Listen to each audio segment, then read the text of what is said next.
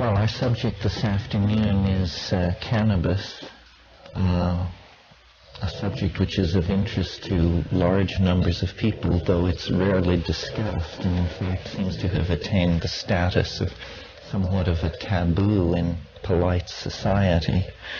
My interest in it is intense and lifelong, I must say. I remember when I first encountered it, within a few minutes of my first exposure to it, I realized that I was going to be able to self-medicate myself to normalcy. I was, as an adolescent, what's called a nervous child, and sort of had a personal style that was very hard driving and, I'm told, fairly abrasive. And it really came with the force of a revelation that the mere smoking of a small amount of vegetable material could completely invert the structures of my personality and socialize me, as it were, into a reasonably functioning member of the community in which I found myself. I first encountered cannabis in Berkeley in this Easter vacation of 1965, and it took a couple or three exposures to it before I really sorted out what it was doing for me. And I brought to it all the programming that my middle-class straight parents had given me concerning the subject, that this was the weed of death, that the road to hell was paved with this particular substance. But I also had been exposed to some of the literature of the Beat generation, the writings of Allen Ginsberg, Jack Kerouac, and some of those people. And within just a few months, I had integrated it into my lifestyle as really the central practice of my life. And it has remained so up until just 2 or 3 months ago, when, under the pressure of my apparently dissolving marriage, I stopped smoking in order to see, really, what sort of effect it would have. I was in the sort of absurd position of being in psychotherapy with a woman who I respected very much and who seemed to be a very skilled psychotherapist, except that she had no sophistication whatsoever about cannabis. And the therapeutic process kept looping back to the issue of my cannabis ingestion. And she would ask me, well, now, how many times a day do you do this? I would say 10 to 14. And she would say, and how many years have you been doing this? Well, 25, 26, 27. And finally I saw that it was impeding the therapeutic process, not in its physical effects, but in its effects on her attitude toward me. So I determined simply to stop in order to remove this issue from the menu of issues that we were dealing with in this therapeutic process.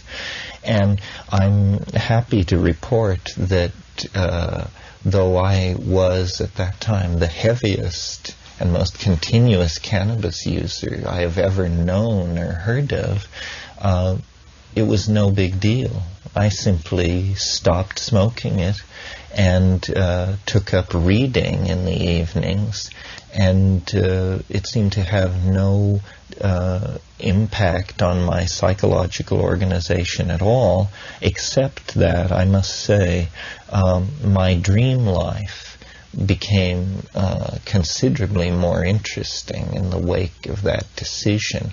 And over the years in my traveling, when there have been times when for just a few days my access to cannabis was interrupted, I noticed this same phenomenon, that in the absence of cannabis the dream life seems to become much richer.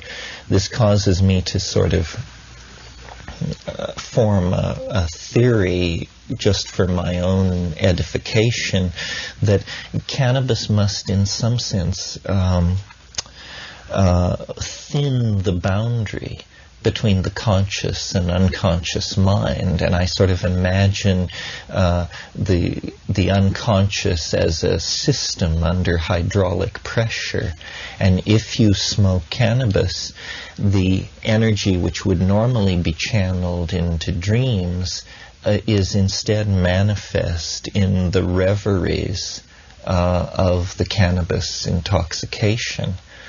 The reason that I've smoked it so assiduously over the years is very simply that it seems to dissolve a local and personalistic perspective. If I don't smoke cannabis, I worry about balancing my checkbook, the state of my immediate short-term career concerns. In other words, all the anxieties of the petty bourgeois pour in to claim my attention. If, on the other hand, I avail myself of cannabis, I'm able to rove and scan through a vast intellectual world that is composed of all the books I've ever read, all the people I've ever known, all the places I've ever been, in no particular order. I mean, what I really value about cannabis is the way in which it allows one to be taken by surprise by unexpected ideas. In the absence of cannabis, my creativity is a kind of brick by brick, linear extrapolation of certain concerns based on what I've just read or heard in conversation. If, on the other hand, I smoke cannabis, I can go in one moment from thinking about Goethe's color theory to, in the next moment, puzzling over a particular instance in Mayan historiography, or, the examples are endless.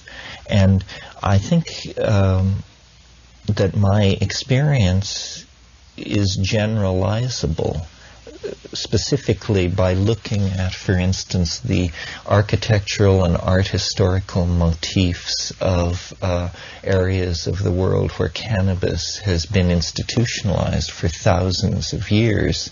What we call Oriental extravagance is in fact the patina of design motifs and literary conventions that have been laid over ordinary experience in places like Bengal, the Punjab, and across the Middle East.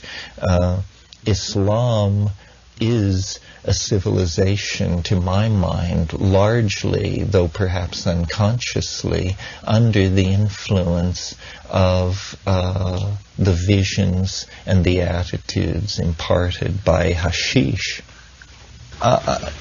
When I attempt to analyze in the broadest sense what the influence that cannabis has on myself and on large groups of people who use it, it is that it seems to exert a kind of feminizing influence. It's a boundary-dissolving drug, but a very gentle boundary-dissolving drug. It doesn't dissolve boundaries in the spectacular way that the mega hallucinogens do. Of all the drugs that have been used by mankind over the centuries, I would venture to argue that cannabis is the most benign. Certainly, more money has been spent trying to find something wrong with cannabis than has ever been spent on any other drug, and the findings are woeful.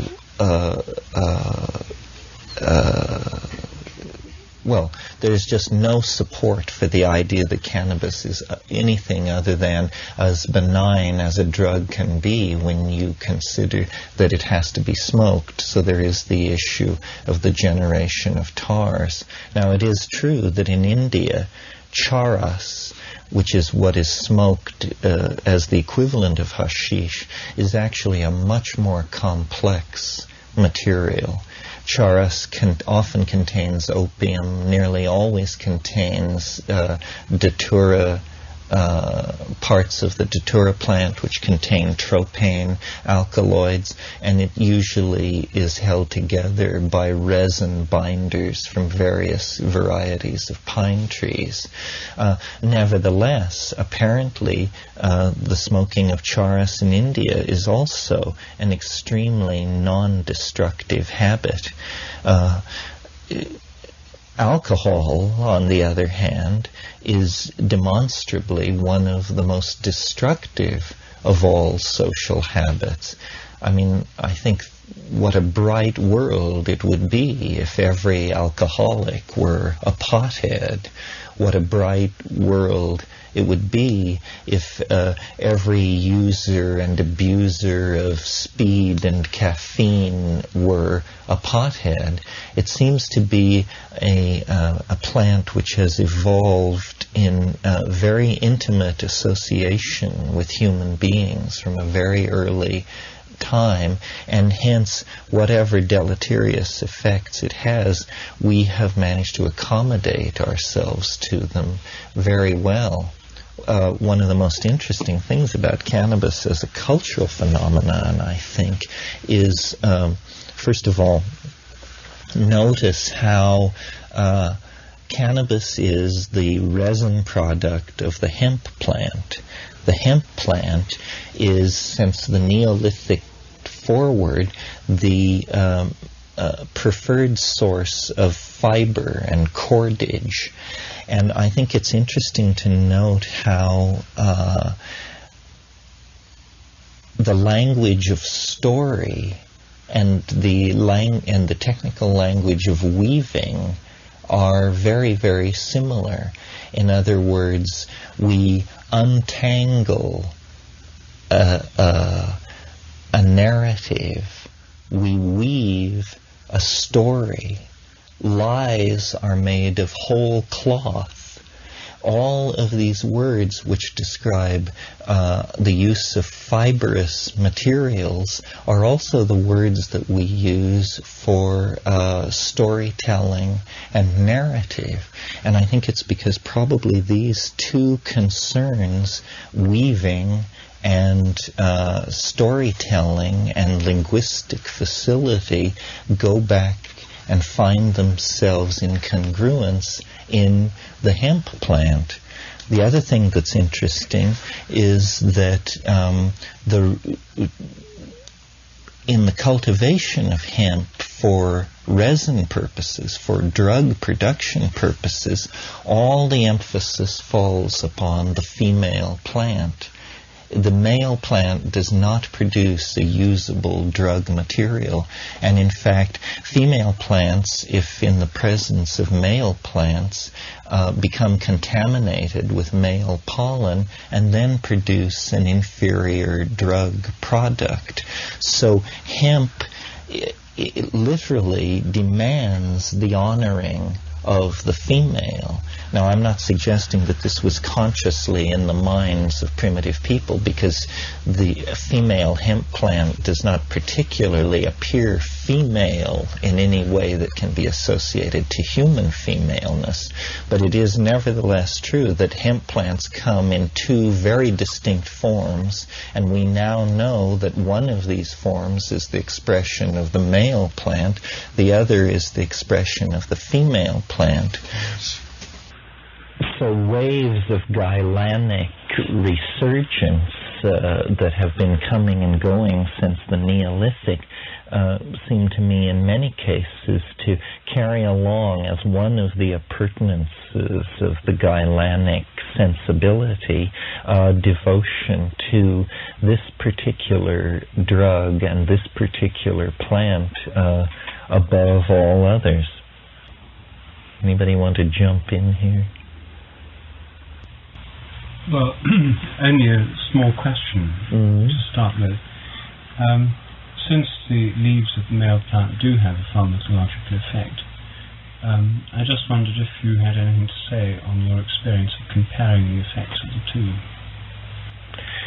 Well, only in that if it has a pharmacological effect, it's orders of magnitude more weakened than the female. One thing I might say, we in the 20th century tend to smoke our cannabis.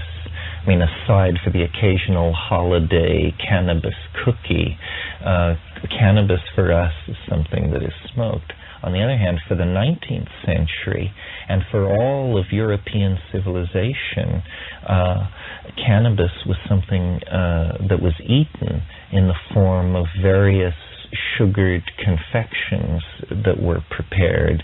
And this method of ingestion changes cannabis into an extremely powerful psychedelic experience. I mean, if you read the accounts of people like Theodore Gautier or Baudelaire or Fitzhugh Ludlow, written in the mid-19th century, they are describing experiences that obviously were for them as powerful as a 500 microgram dose of LSD proved in our own lifetimes. And we forget this. We tend to think of it as a social drug and a kind of a minor drug on a par with smoking a cigarette or having a cognac or something like that. But in fact, for the serious eater of hashish, there it is the portal into a true artificial paradise whose length and breadth is equal to that of any of the artificial paradises that we've discovered in modern psychedelic pharmacology. To my mind, the whole of by Oriental I mean Indian and Middle Eastern civilization is steeped in the ambiance of hashish. I mean, the Mosque of Omar, for example, is a beautiful example of the aesthetic of hashish at work, or Jama Masjid in Delhi, or the interiors of the mosques of Isfahan. This ideal of sensual beauty, of the richness of abstract design and vaulting spaces and vast concourses of polished marble and travertine, these seem to be the motifs of hashish in the same way that the Gothic vision of black ocean waters sucking at haunted islands is a part of the repertoire of the opium vision that so entranced the Romantic poets. Hashish, cannabis, has an ambiance of its own. It has a morphogenetic field, and if you enter into that morphogenetic field, you enter into an androgynous, softened, abstract, colorful, an extraordinarily beautiful world. And in our own time, it seems to me, the intense hatred and of hashish and the efforts to eradicate it that reach hysterical proportions in our own country have nothing to do with the pharmacological impact of the drug or any deleterious effect that it might be perceived to have, but rather it is sensed as the carrier of a different set of cultural values, which I would broadly describe as Gaian or Gailanic or feminizing or androgynous, and that this is what really brings the opprobrium of the dominator society upon it. It is profoundly disloyal to the values of modern industrialism, where, for instance, a drug like caffeine, exemplified in coffee and tea, has been made very welcome in those same societies. I mean, no other drug other than caffeine has ever been written into the industrial contracts of workers as an inalienable right. And yet in the coffee break, we encounter contractually defined rights to drug use that seem to work in favor of both manager and worker. Cannabis is very different. It promotes a dreaminess. It promotes an abiding in the imagination that is the stuff of romantic poetry rather than the stuff of the modern assembly line. And I've used it that way as a tool for creativity. I mean, it's incredible how just a few puffs of cannabis can carry you over a creative problem or a block in seeing a particular problem, so that suddenly the perspective shifts and what was previously occluded becomes patently obvious. So I think that there's a great argument for above and beyond the well-known and familiar arguments for legalizing this drug, that it would provide revenue for governments, that it would decriminalize a class of people who, if it weren't for their devotion to cannabis products, would be seen to be among the most law-abiding of all classes within society. These arguments are familiar and have been made very eloquently by other people. But behind that, there's a deeper issue, which is the zeitgeist, if you will, of cannabis, which carries a certain implied danger to establishment values, which put such a premium on clear-eyed hard work and Presbyterian rectitude.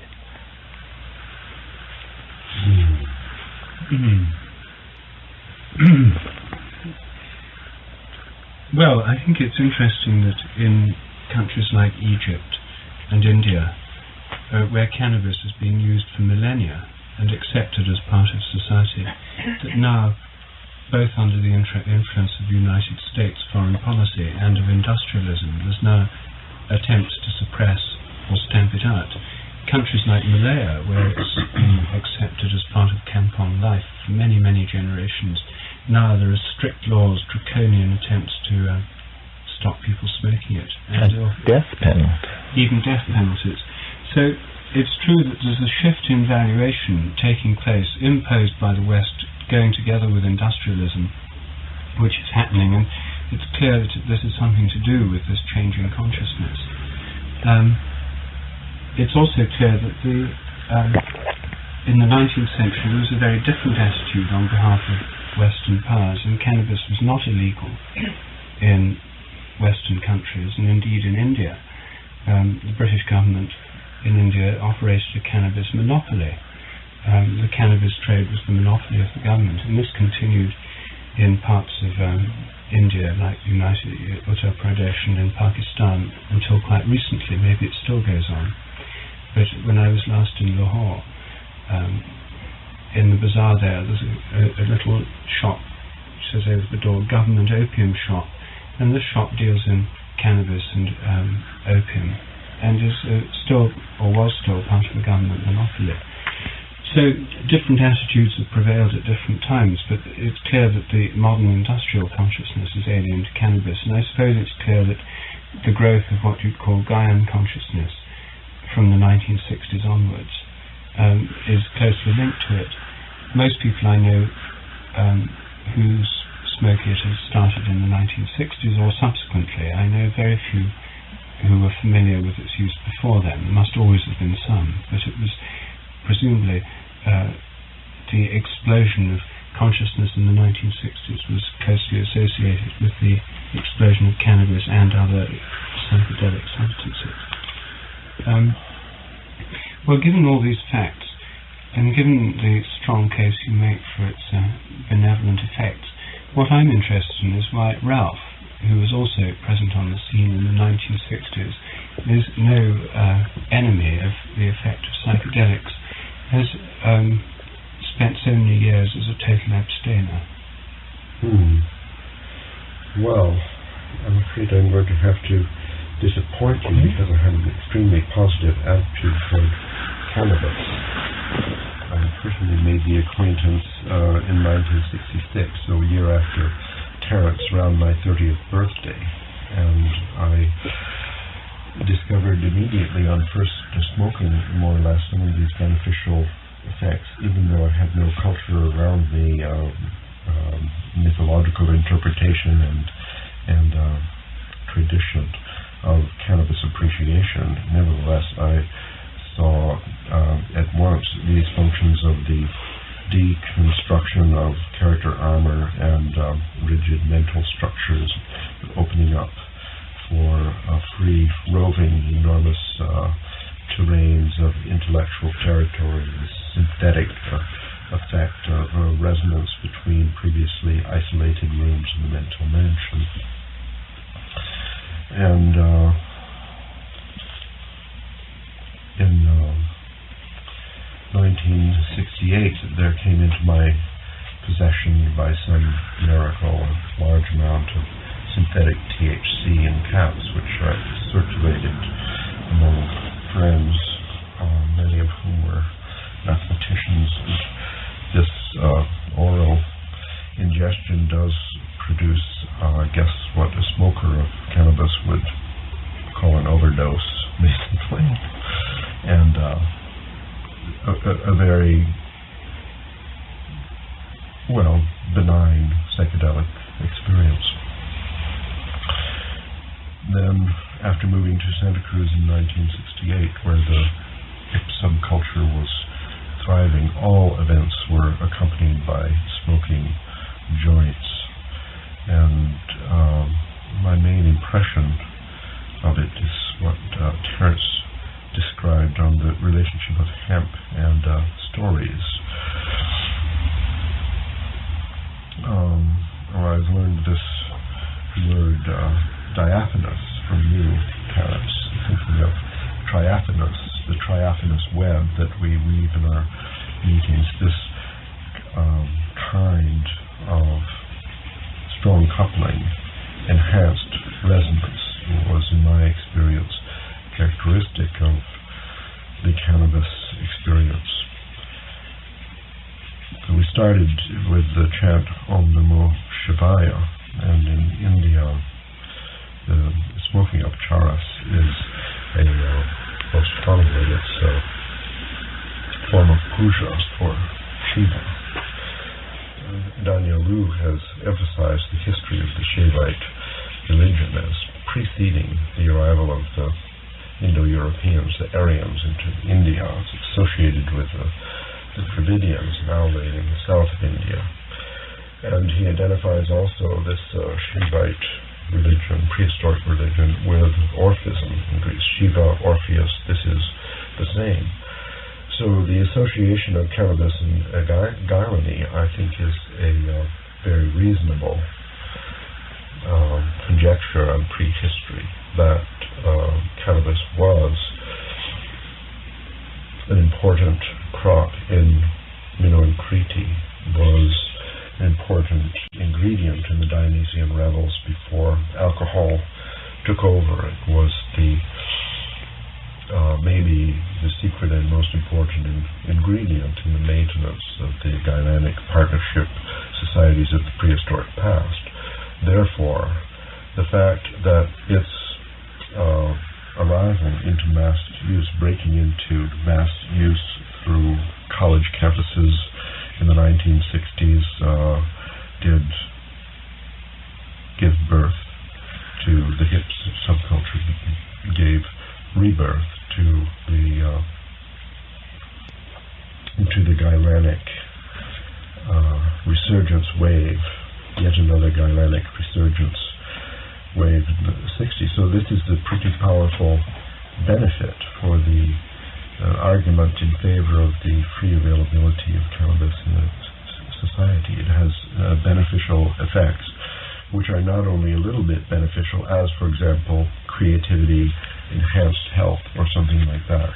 It aids the diaphanous web, the communication, the empathy, the appreciation for another view, the possibility of resonance between one's ideas and other ideas, opening up creativity on the scale of cultural evolution in personal relationship, the way in which sexual experience is enhanced, for example, the aphrodisiac effect of cannabis in the right dose is just one example of its overall synthetic role. It is medicine for cultural evolution, and that's my experience.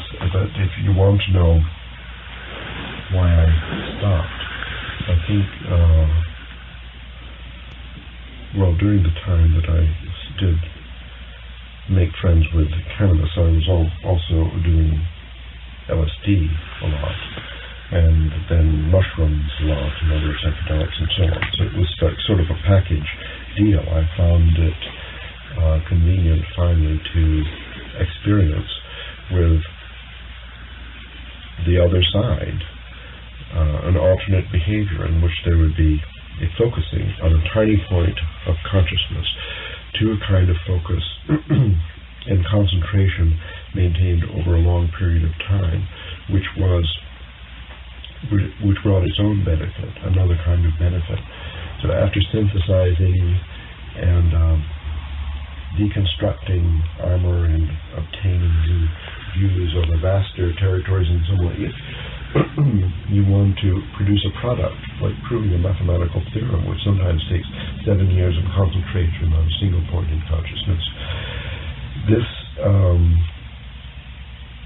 kind of activity for me seemed to be enhanced by abstinence from everything, from newspapers, from other people's stories, from dinner party talk and so on, and from large parts of my own consciousness, just focusing on a point. I found, experimenting with every different variation of behavior, that in order to accomplish my goals, say around 1980, when I quit all psychedelics for a while, trying all these experiments in varying parameters, I found that the least of everything, indulging in a process in India they call syncretizing, giving up everything and then bragging about that, this brought about more and more increase of the performance for myself that I was seeking at that time. And this is like an elite athlete searching for ultimate performance, trying to break some kind of world record for focusing on a point. It seemed to me that what I was doing was difficult and required rigid discipline. I invoked these ideas of yogic discipline that I had learned in India, and they're responsible for a certain kind of ultimate performance, as cannabis and other psychedelics enhance a completely different kind of ultimate performance. And I suppose this is, I guess you could say, another binary of focusing and defocusing mental states.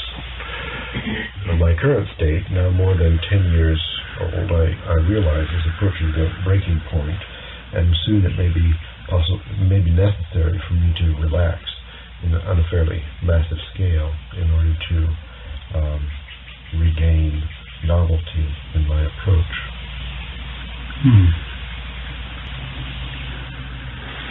How does it work for you, Rupert, in the process of relating to the problem of creativity? Well,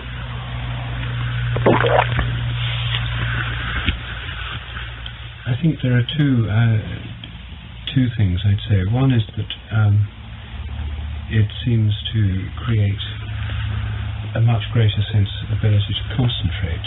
So contrary to your experience that concentration is easier without it, I found that one of the effects is a greatly enhanced ability to concentrate, whether it's listening to music, to concentrate on the music and not be distracted by other things, or whether it's reading something and thinking about the ideas and following a chain of thought to try to concentrate on that, or a line of exploration and conversation, or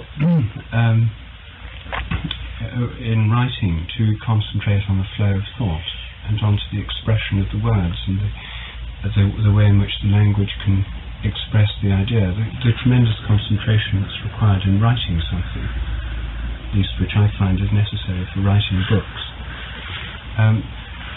or thinking out the structure of a chapter or of an argument.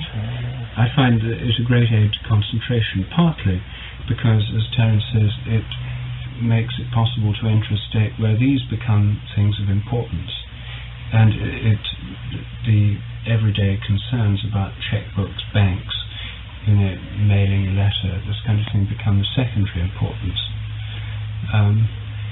So it may be partly by removing the niggling preoccupations of mundane existence that it becomes easier to concentrate.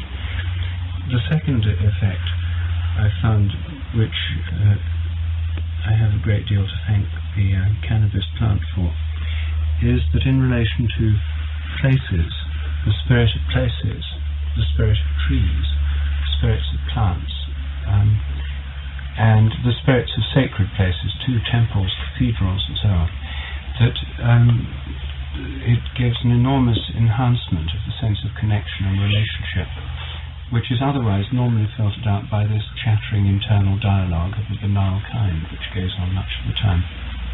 So that, I suppose, would fit with what Terence says about the dissolution of boundaries.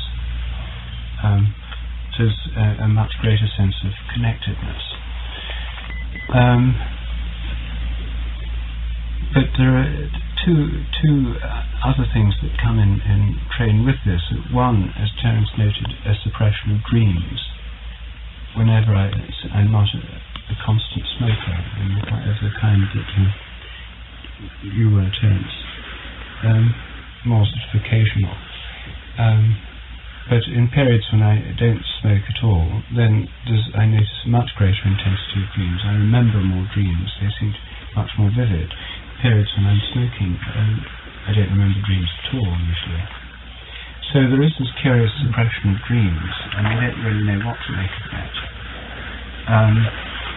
There's also an effect which I think is a negative effect of cannabis, and which is one of the reasons why governments and industrial civilizations try to suppress it, which is that because it produces a kind of physical relaxation, which allows the mind to expand and journey and one's psyche to connect and so on.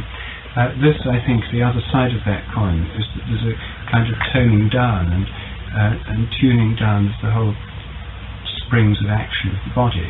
So one's perfectly content to sit around doing not very much. It doesn't produce a tremendous urge to go and empty the dustbin or do chores around the house and that kind of thing. And indeed it's this kind of activity which is easily identified by external observers as physical laziness, which is the reason for its bad reputation in countries where it's habitually used. And in Kashmir, for example, I was staying in Srinagar at one stage, and I had an agricultural project in Srinagar, and I was staying with a friend who was studying Kashmiri Shaivism. So I had my job, and then I was staying with this fellow, and we were talking about this, and he said, well, have you ever been to one of these shrines where, Sufi shrines, dargahs, where cannabis smoking is tolerated as part of the standard pattern of society, but where you see why there is a negative image of this, hashish smoking in such societies, which you also get in Egypt and so on. I mean, some of the middle-class image of cannabis smoking in India and in Malaya and elsewhere is a bit like the middle-class image of winos and methylated spirit drinkers and so on in the West. We went to the shrine, which was the shrine of a Sufi saint, and attached to it was a smoking room, and this room was full of people smoking hashish, sitting around the walls, and there was a place there where you could buy it. So we sat down and had a puff, and it was a dreadful revelation to me when the man sitting next to me spoke to me in Urdu, and he'd got bleary eyes, he'd got several days' growth of stubble, he was in ragged, smelly clothes. He pulled out a picture of himself, a kind of identity card thing, himself smart in a uniform, said, I used to be a bus driver until I started smoking. Now look at me. That's what it's done to me, he said as he took another puff. I've lost my family, I've lost everything. And so there was a kind of the negative, the shadow side of it, which I saw then more clearly than ever before or since, which certainly fitted with what rather prim middle-class people in Malaya and India and in other Oriental countries had told me about its habitual usages, which made it clear how it could accumulate this negative image, how it could cause alarm in people who don't want the habit to spread in modern, efficient industrial societies. And this is certainly associated in my own experience with the fact that the mental expansion is bought at the price of a certain physical lethargy. So I wonder if that's been your experience. Actually, it hasn't. I'm interested in the question. It has to be said that cannabis is chemically complicated. It's not simply one cannabinol. There are a number of these cannabinoids, and various strains have various ratios and proportions of these things. But, for instance, I find when I'm writing books that I can only write for about 3 hours, and then either the day is finished for work, or I smoke hashish, and 20 minutes later I'm ready to go 2 hours more at it. And I can do that twice in a day. If I judiciously control my intake of cannabis, it gives me a second wind and a third wind to go forward with creative activity. Now, if you just sit down and smoke into stupor, you're not going to be able to do this. But if you just stop this now tiresome and boring activity and have a couple of puffs, and then you sit and you have a few interesting thoughts, and you feel completely revitalized and able to go back to it. And I've noticed this not only with creative work, but with physical work. For instance, if I'm stacking wood, I'll stack half a cord of wood, and then I'll either think, well, I'll finish stacking it tomorrow, and then I'll go in and smoke some cannabis. And a half hour later I'll say, well, why wait till tomorrow? I'll just go and finish it right now. I think you all know Paul Bowles' book, or the statement that a puff of keef makes a man strong as 20 camels in the courtyard. There's something to this. It's not simple. It can turn you into a stupor, sort of lazy, loutish person. On the other hand, it can allow you to do very hard work for very long periods of time. So you sort of have to manage it. And I think a lot of people don't learn to manage it. One of the things that's always put against marijuana is that it destroys short-term, or it destroys your memory. Well, I dare say I have a prodigious memory, and I'm the heaviest smoker I've ever known, and my memory for dates names of painters, writers, literary and scientific minutiae, odd vocabularies in specialized areas is very great. And I don't credit Cannabis with that, but I certainly can't believe that it has damaged my ability to do this. Now, it is true that sometimes in a conversation you will lose your thread, but on the other hand, it gives you an equal power to brilliantly fake the situation and to pick up the thread and re-stitch together the narrative. The other point I might make that we haven't mentioned yet, or 2 points actually, is that I think it gives an extraordinary verbal facility. And this is actually what won me to it in the first place. My reputation as a public speaker is based on my supposedly dazzling oratorical abilities, but I come out of a peer group, a karass in Berkeley, where everyone was able to do what I do. Everyone seemed to be able to hold forth for hours on the most arcane subjects. And in fact, when I got into cannabis, the style of doing it that I enjoyed most was I ran a kind of cannabis salon, as it were. And people came and they smoked and they talked and talked and talked. And this is all we did was talk. And I know recordings exist of that era, but I believe that the conversation was brilliant, wide-ranging, prescient, to the point, and extraordinarily creative and capable of astonishing.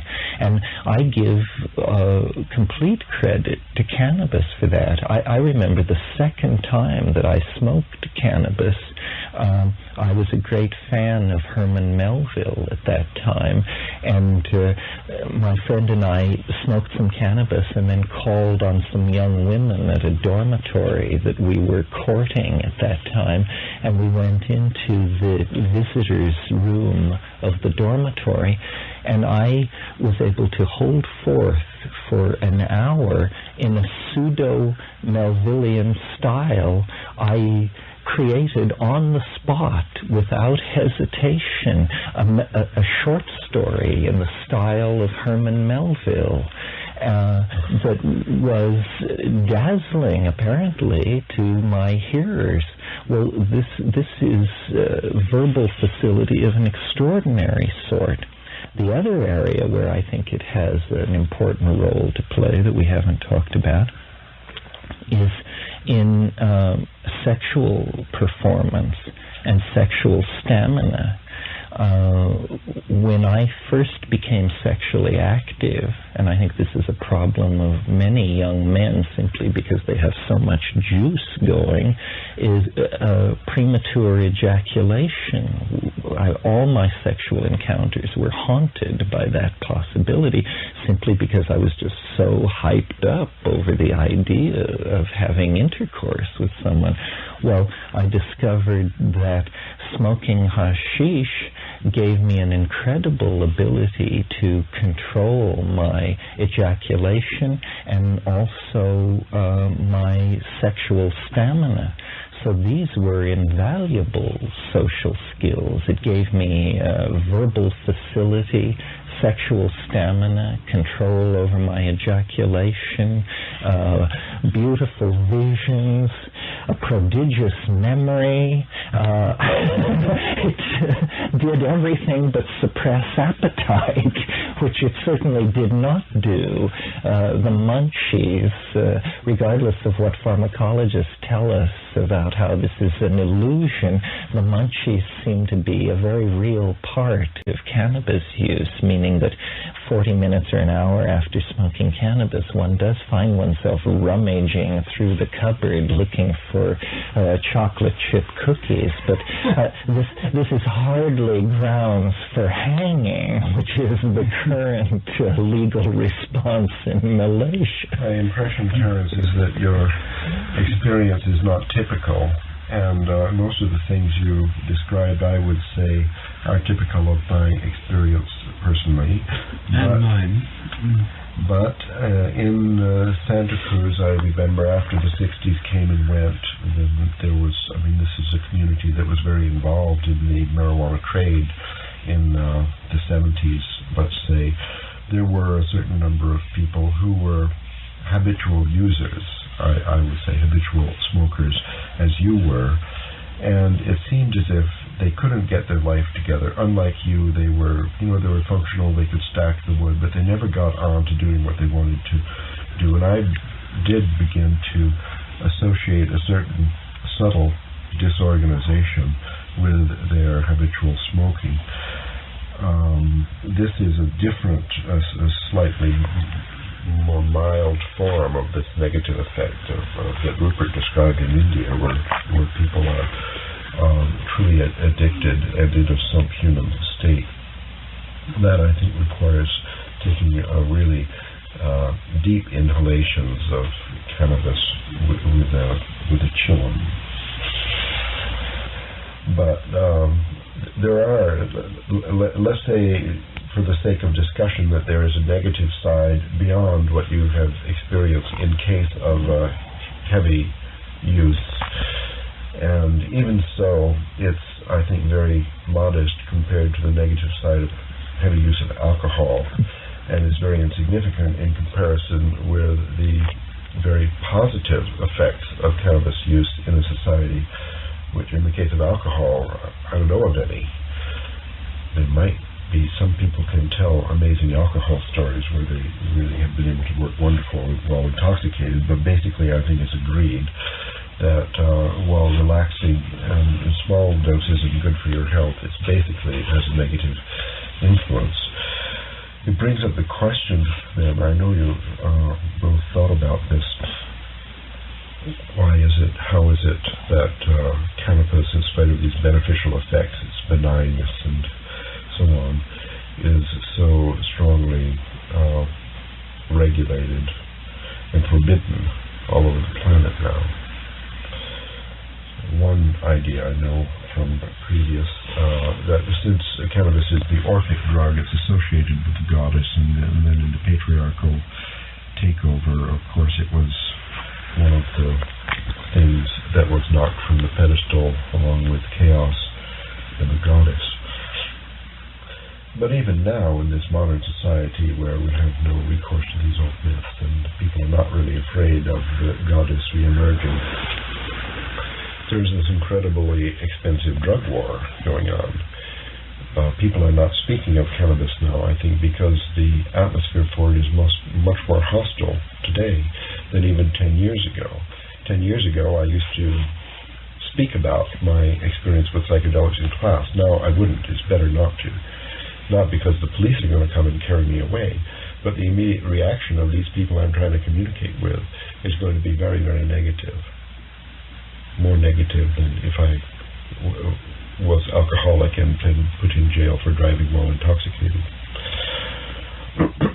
So some kind of paranoia about whatever cannabis represents to people, its significance in the mythological, this paranoia is on the increase in this decade, and I wonder why you think that is.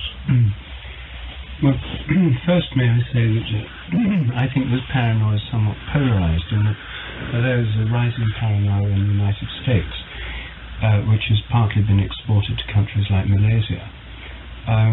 The paranoia about cannabis in Europe is definitely on the decline. Cannabis has been effectively decriminalized in Holland, in Switzerland, in Italy, even in Britain, even in the Thatcher regime. There was an article recently in the newspapers saying that something like 90% of the people the police catch with small amounts of cannabis are now let off with a caution, not even fined. In Italy, the possession of small quantities of cannabis is not a criminal offence, and even somewhat slightly larger ones is treated on the par with parking offences. You know, you get a ticket or something, minor fines. And the movement, even in Britain, which is probably the most closest to America in its in general attitudes in Europe, there's been a progressive attitude on the part of the police and even increasing numbers of legislators and judges towards decriminalising the use of cannabis. De facto, in small quantities, this has actually happened. So rather than zero tolerance being the rule, there's in fact been an increasing tolerance in most European societies to the use of cannabis over the last decade. And full-scale legalization may not yet have come, but this has happened de facto in various parts of Europe. There are streets of Zurich, for example, where you can sit in the street at cafes and smoke openly. There are certain streets where it's tolerated, unwritten agreements. There are parts of Amsterdam where it's sold over the counter in cafes, even advertised, different brands of it. There are cards up with prices on public display. There has been a countervailing move in Europe, and so it's not as if this hysteria is gripped everywhere equally. Then we'll be seeing increase of novelty and cultural evolution in Europe, outstripping developments in the United States, according to our well, to some benefits. It may in fact be happening. I mean, I certainly feel much more at the center of novelty when I'm in Germany, where, by the way, people smoke cannabis in restaurants and quite openly. The United States seems to be on a kind of fundamentalist religious bender that and its attitude toward women's reproductive rights and drugs and all these things that is making us a kind of pariah in the first world. I mean, we represent values which are incomprehensible to educated Europeans.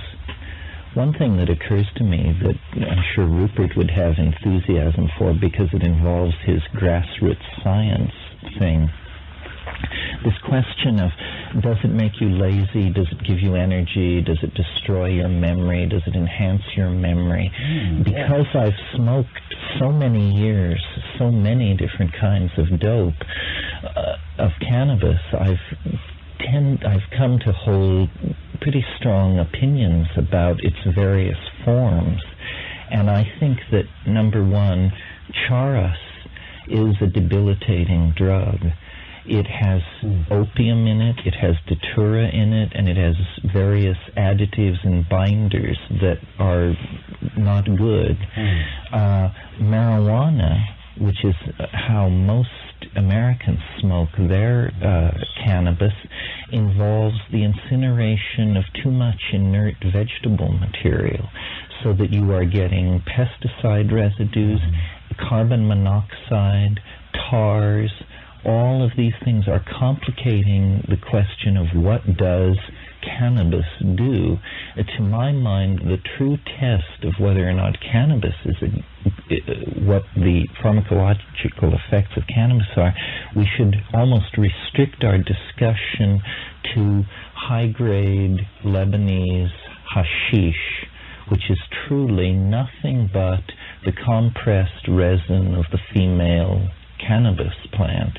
And that's the classical hashish of the Arab, and that's what I prefer and feel almost to be a different drug from both Mexican marijuana and Pakistani or Indian hashish.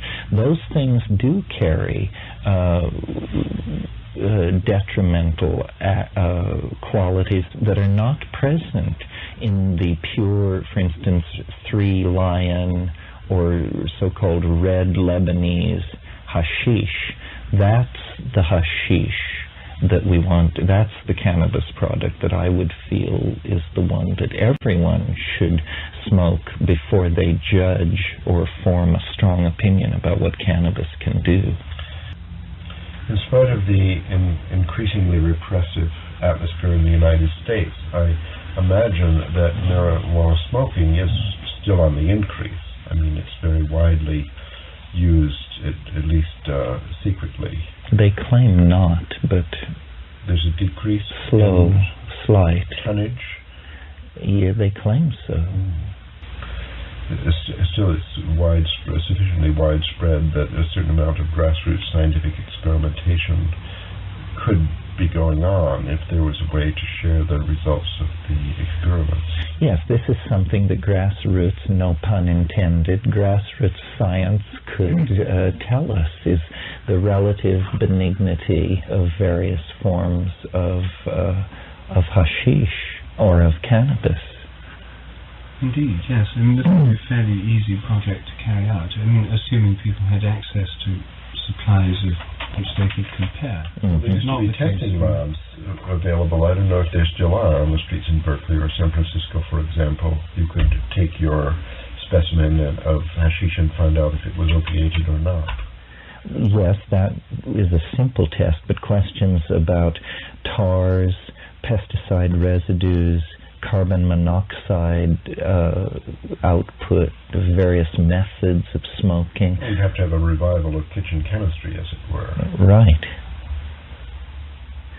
But I think that the pure resin of the cannabis plant is, you would be hard-pressed to design a drug with as many laudable qualities as that one.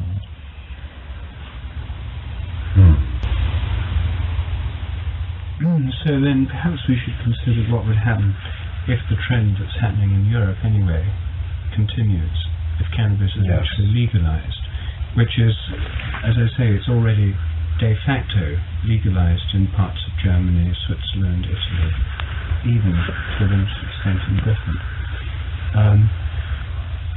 So what would happen?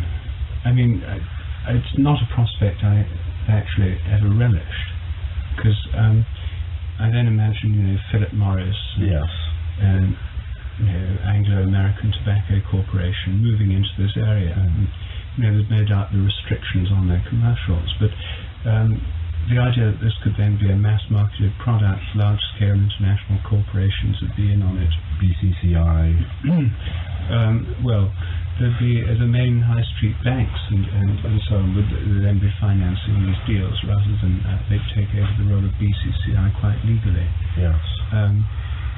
I'm not sure that I particularly relish that. And the other issue which we haven't talked about, which is no doubt of some concern to you, Terence, is at what age children might be permitted or encouraged to experiment with cannabis. I mean, would we want this to be going on in the gazebo here at Esalen, in nursery schools, junior high school?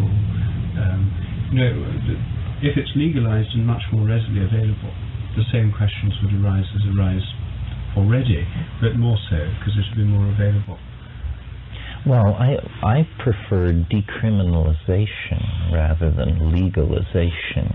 I don't think we need to simply say that any entrepreneur can invest in land, plant cannabis, patent a brand name, and begin to sell it on the open market. It would be much better simply to decriminalize it so that, and say something like each person could possess 10 plants, but that the transport and sale of it would be discouraged in some way, so that it isn't. You see, we seem to have the attitude that something is either illegal or we can just go gung-ho with it and turn it into the product of a multi-million-dollar corporation. It would be much better to just say that the possession of small amounts of cannabis for personal use pose no threat to society, and leave it at that. Well, how are you going to get your red Lebanese then? Well, you would find a way, just as one finds a way today. Easier if there was a government hash shop. Yes, although I don't find it difficult to get red Lebanese, the only thing I would hope is that we might get a price break if it were decriminalized. It's currently being sold because it's an illegal commodity. It's being sold at enormous markup for what it costs to produce it, and this might be something. It's a very expensive business. Well, but why? We have legal alcohol and some of the other things. Why not simply legalize it? So there can be shops, there can be huge industries, and there can be gourmet growers using special methods and... Like wine, you mean? Like wine, exactly. Well, but then you have these problems, which Rupert is pointing out, that once more it's handed over to Madison Avenue to be turned into something where they can't simply say it's available to those who want it. Well, people living in downtown New York City are not going to be able to grow 8 or 10 plants themselves. I was recently in downtown New York City, and I examined a pot garden that would have been the envy of any resident of Humboldt County. Well, real estate is expensive. Spare bedroom with grow light bulbs is expensive, and that's all right. But I think, why not legalization? What are the problems? Well, probably this would come. And then it would be, as far as the question of children, it would be available, it would be restricted to people below age 18 or something. Right. No, I think ultimately what we're going to have to do is legalize all drugs. Now, a hidden aspect of this is that governments make enormous profits out of the fact that these drugs are illegal. A harmless drug like cannabis, the interdiction, eradication, and the mafias which move it are all spun into government policy. I mean, governments have always been, and continue to this day to be, the major purveyors of drugs worldwide. So really, another factor mitigating the drive to legalize cannabis is where then would the CIA obtain, it would eat into its ability to finance the various rebel armies, front organizations. Yes, but what other way? I mean, for instance, when the mullahs took over in Iran and gained control of the Iranian opium trade, the CIA turned to cocaine and brought on the crack epidemic of the 1980s. So governments would the government then create new synthetic drugs like ice and then peddle them to the public? Without doubt. Well, this is just something to realize, that governments, you see, wrap themselves in a mantle of righteousness and tell us just say no.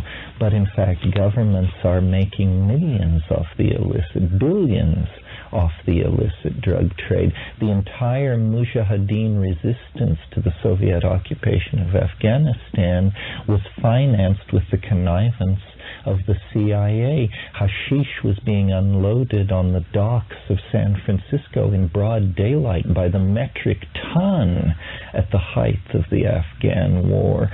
We've never been able to get Afghani hash of such quality as we were able to get during the period when the CIA was keen that we buy it so that they could finance the armed resistance to the Soviet occupation. And the day the Russians left, the hashish market in Northern California collapsed catastrophically and has never been able to build itself back to previous levels. Well, Strung just said, the more it's organized, the easier it is to steal. See, the more substances are controlled, the more shadow space there is for shadow governments, CIAs, mafias, and so on, to operate in the dark. So it's better to let go on all these fronts. And it's happening in Europe, especially, I think, it's much more significant, the decriminalization of heroin. There in these same parks in Switzerland, you see people sharing needles and so on. I think that's very courageous. experiment, and we'll get to see the results, and eventually perhaps it will spread to the United States. But you wouldn't suggest that we make heroin so legal that you can flip open Time magazine to a color ad that says, "What's missing in your life? Heroin, the drug of choice of the chic young set." This is not what we want. That would perhaps not be worse than what we've got now. I think that I feel as badly about tobacco as I do of many of these other things. Personally, I had a very negative experience with free-base cocaine. I found this material to be very surprisingly addictive. You know, the tiniest experiment leaves you a total addict. So, in my personal view, this stuff is extremely evil. Nevertheless, I don't think that restricting it by law is an effective strategy to prevent people from getting addicted. I think that crack is similar, I'm not sure. It's extremely toxic material in society, but simply making it illegal just creates this huge shadow trade where it's out of control, and people have to experiment in order to find out what it is, instead of the ad in Time magazine would without doubt say this material is harmful to your health. The Surgeon General has found that shooting heroin is harmful to your health. Liable to be very addicting after a single experience, and so on. The information would be circulated, the shadow would be eliminated, the secret would be eliminated. And I don't think that necessarily means that a lot more people would be addicted. I think probably fewer. Well, the drug issue brings up the question of whether societies should organize themselves along the assumption that citizens are adults or children.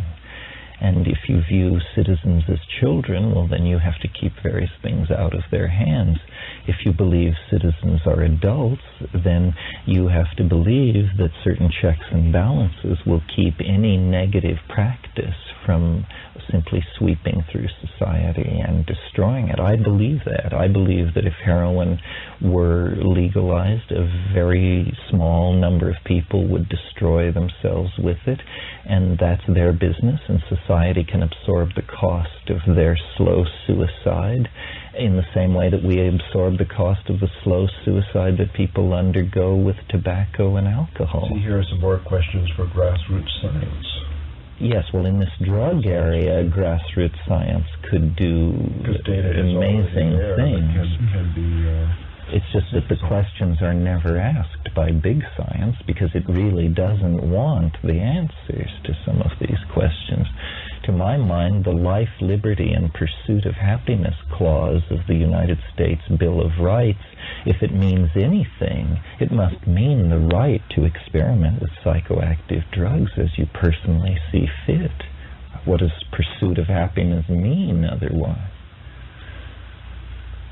Nevertheless, there are these enormous and growing problems of cocaine and heroin abuse. Are problems that no one seems to have an answer to, and which seems to be far worse than problems in the past. Well, I think it's a red herring. I think that if governments would stop dealing these drugs, these problems would disappear. I mean, the entire... The mafia and the General Noriegas and the Medellin cartels of this world, I think could carry on perfectly well without the help of the CIA. Yes. I think if the CIA told them that they would be highly at risk if they disobeyed orders, and that a directive had just come down from the top that this was no longer going to be tolerated. I mean, much of the American cocaine comes in on Air Force planes. If you simply deny them the use of the American Air Force, it would pose a major problem to them in moving their... Not a suitable one. They've got other methods, boats, trucks across the Mexican border, all sorts of things. Well, you're not going to wipe it out, but you don't have to grease the slides for it. This is what the CIA is doing. But I think the experiments going on now with the decriminalization of heroin, which is similar to crack cocaine, I think, in its addictive power, they are very encouraging.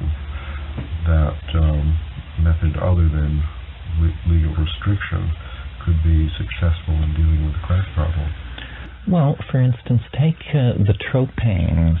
I mean, these are powerful, mind-altering drugs, cause visions, so forth and so on. The entire western United States is a range for the Jimson weed plant, and it poses no social problem whatsoever to anyone. And it's as powerful as any drug which exists. And no, it just is not a problem. So it's something about focus and glamorization of habits.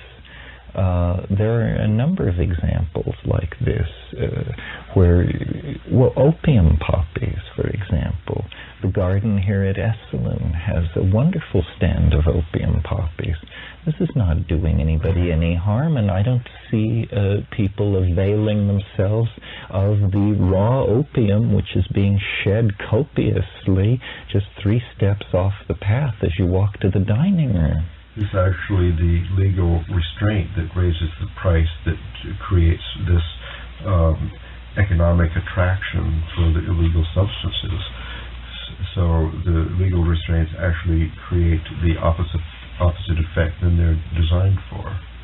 Yes, hemp was a major crop in this country up until the 1930s, and it was not discontinued because of the drug potential, but because it posed problems for those corporate entities which had huge holdings in forest timber that they planned to turn into paper, and the DuPont Chemical Corporation, and Standard Oil, which wanted lubricants and high petrol distillates to come from petroleum rather than from a biological source.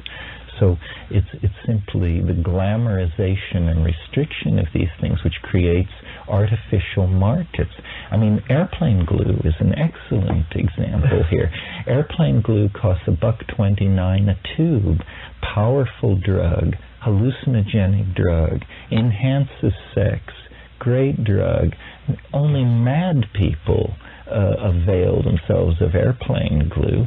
If you were to drop the price of crack cocaine to $1.29 a gram, you wouldn't see people driving around in their Maseratis with crack cocaine crumbs in their, with airplane glue in their beards.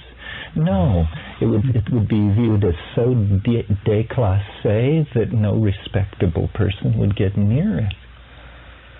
Well, now that we've got the legalization of cannabis and probably other things, and the resurrection of the hemp industry worldwide, how can we bring this to a conclusion?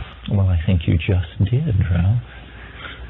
There you have it. Part of the pursuit of human freedom, part of citizenship and responsible adulthood and responsible government means live and let live. This is a philosophy of which we hear far too little. Somebody is always trying to mess with somebody else's life, their sex life, their drug habits, their political stances, so forth and so on. Long live Orphism. Hear, hear. Here. Boom, Shiva, boom, Shankar. Okay, gang.